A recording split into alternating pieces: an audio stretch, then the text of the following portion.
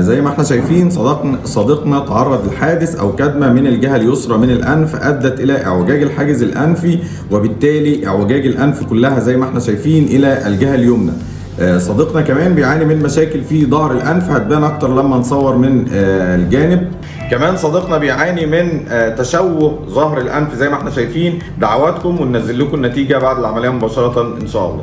شكرا لدعواتكم الجميله. زي ما احنا شايفين الانف عادت الى منتصف الوجه تماما، وكمان الحاجز الانفي عاد الى منتصف الانف عشان التنفس يتم اصلاحه.